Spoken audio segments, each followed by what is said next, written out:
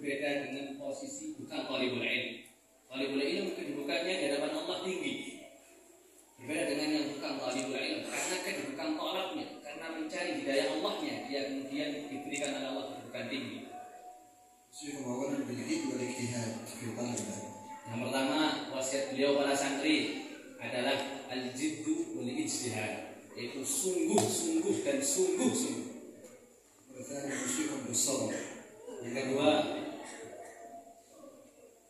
sabar ala talabil ilm, sabar dalam menuntut ilmu, karena menuntut ilmu memang tidak mudah. Menuntut ilmu banyak sekali rintangannya. Caranya, solusinya sabar. 20 tahun, 30 tahun, 60 tahun menuntut ilmu, sabar. لا تستعجل في عدم الحفظ ولا تستعجل في عدم الفهم. Sebab jangan terburu-buru memahami sesuatu. Jangan terburu-buru ingin diberi paham. Aku gak paham terus kak belajar mana? Enggak. Pelan-pelan, habah-habah. Sedikit-sedikit. Karena sekali lagi kesabaran diperlukan di dalam menuntut ilmu. Yang ketiga, husnul adab. Harus dalam kondisi menuntut ilmu disertai dengan adab, disertai dengan akhlak, karena salah satu wasilah mudahnya masuk ilmu adalah husnul adab, baiknya adab. Husnul istimah. Yang keempat, yang namanya ilmu itu datang dari afwahul masyayikh, dari penjelasan para guru, maka butuh pendengaran yang baik, butuh betul-betul kita berikhtiar, berusaha mendengarkan dengan baik, serius. بالعلم أن يكون أثناء طالب العلم أن يحمل كتابه. Talibul ilm, para pencari ilmu manapun itu yang dipegang adalah kitab. Khairul jalisi fi zamani kitab. Teman terbaik bagi orang pelajar, bagi orang yang belajar adalah kitab. Maka dari itu para santri, sering saya bilang, kemana-mana bawa kitab, kemana-mana baca kitab, diam-diam zikir, diam-diam sholawat, udah ada tasbih. Maka dari itu, sehingga disitulah nanti akan terasa ilmu itu mau masuk, ilmu itu mau masuk. يحمل دفتره وقلمه يسجل كل فائدة يسمعها. Juga sudah sering saya bilang bahwa para santri kemana-mana bawa pulpen, bawa buku tulis. Setiap ada faedah ditulis. Karena sekali lagi faedah itu penting.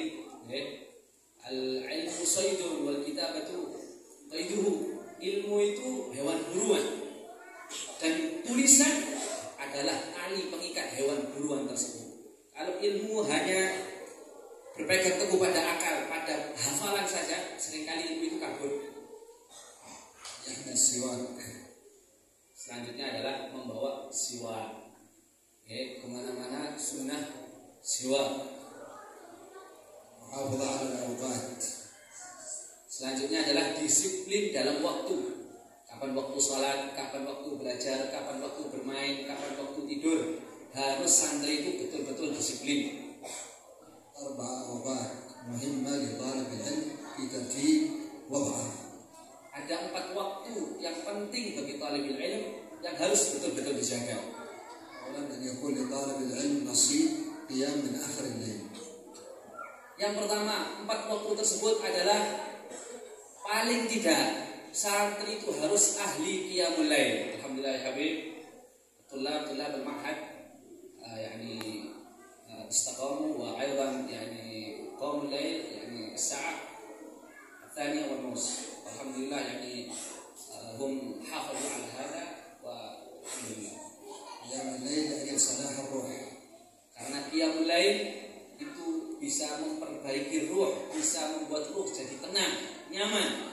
Itu dengan qiyamul lail. Talibul ilm harus qiyamul lail. هذا وقت المناجاة والعطاء الإلهي لطالب العلم. Karena qiyamul lail di pertengahan 3 malam akhir itu adalah waktu banyak-banyaknya turunnya rahmat Allah Subhanahu wa taala. طالب العلم لا يقوم بالليل ليس بطالب علم. Kata beliau, talibul ilm, pelajar, santri yang tidak mau qiyamul lail, enggak bangun qiyamul lail, bukanlah talibul ilm, bukanlah santri, bukanlah pelajar. الوقت الثاني من بعد صلاة الفجر إلى شروق الشمس يعتكف يجلس يذكر الله يطلب علم أو يعمل شيء من الخير. Waktu yang kedua adalah yang harus dijaga oleh para talibul ilm adalah setelah fajar sampai syuruq syams, sampai tulu'ul fajr, tulu'ul syams. Diisi waktu-waktu itu jangan sampai tidur. Alhamdulillah ya habib. Yani nahnu huna fi al-ma'had at-tartib ba'da al-fajr, ba'da salat al-fajr, ba'da al-wird. Yani qira'atul Qur'an ila sa'a 6. Alhamdulillah naqra yani al-Qur'an wa min ajl yani wahid yani ماذا لا يتكعكع في القراءة وأيضا يعني جميل قراءته يعني يحسن القراءة يرتل القرآن من الفجر إلى الساعة 6. الحمد لله إن شاء الله هم حافظوا على هذا الوقت وبذلكم يعني صلوا الضحى ثم يستعدون إلى المغرب. الحمد لله. الوقت الثالث ما بين العشاء والمغرب والعشاء. Yang waktu ketiga yang harus dijaga oleh para santri adalah ma bainal maghrib wal isya, antara maghrib dan isya. Ini adalah waktu yang ini istimewa, maghrib dan isya. Alhamdulillah ya habib, nahnu indana qira'at kutub as-salaf ada ba'da al-maghrib ila as-sa'ah 8:30. Yani حصتين للقراءة كتب السلف في النحو وفي أي شيء يعني إلى الساعة 9 أو 8:30. Al-Hissa sana. Amin.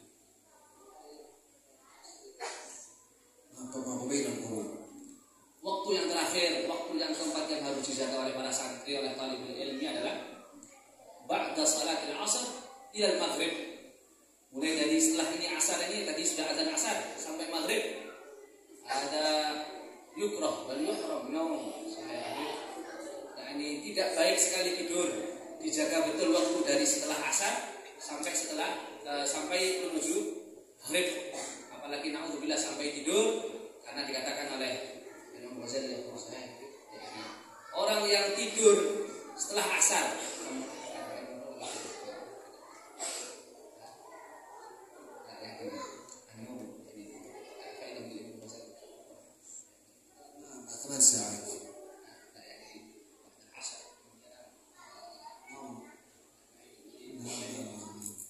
faedah dari Imam Ghazali disebutkan bahwa orang yang tidur setelah asar 40 hari berturut-turut itu bisa gila.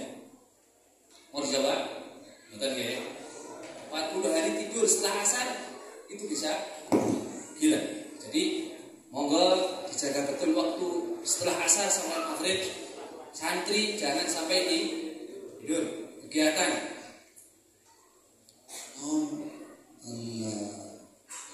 في نوم يسمى نوم الحيلولة. Naum tidur itu ada macam-macam. Ada namanya naumul hailulah. بعد الصبح. Setelah subuh itu namanya naumul hailulah. يحول بينك وبين الرزق. Kenapa dikatakan naumul hailulah? Setelah subuh itu tidur setelah subuh dikatakan naumul hailulah karena tidur setelah subuh itu menghalangi rezeki. Sebagaimana pepatah yang kita pahami bersama bahwa orang tidur habis subuh rezekinya dipatok ayam. Oleh karena itu tidur habis subuh dikatakan naumul hailulah karena tidur setelah subuh yahul, mencegah rezeki. نوم عيلولة بعد العصر. Ada naumul ailulah. مرض يعني علة داء يؤثر على الجسم. Tidur setelah asar namanya naumul ailulah. Ain itu artinya penyakit, marad. Maka orang yang tidur setelah asar sering kena penyakit. ذلك هو السنة القيلولة وهو ما قبل الظهر. Yang sunnah ini tidur yang disunnahkan oleh Nabi Muhammad SAW, naumul qailulah. Tidur sedikit sebelum masuknya waktu zuhur. Itu namanya naumul qailulah. Jam 11:04 tidur sampai adzan zuhur itu namanya naumul qailulah. فإن الشياطين لا تقيل.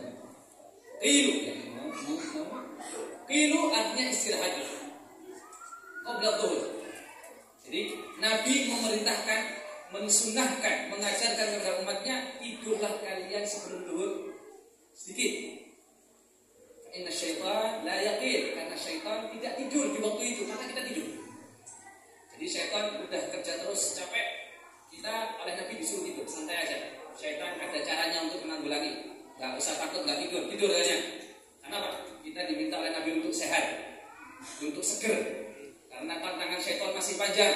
Syaitan masih bisa ganggu nanti sampai maghrib. Kita harus menjaga stamina kita agar kita sehat, bisa melawan syaitan.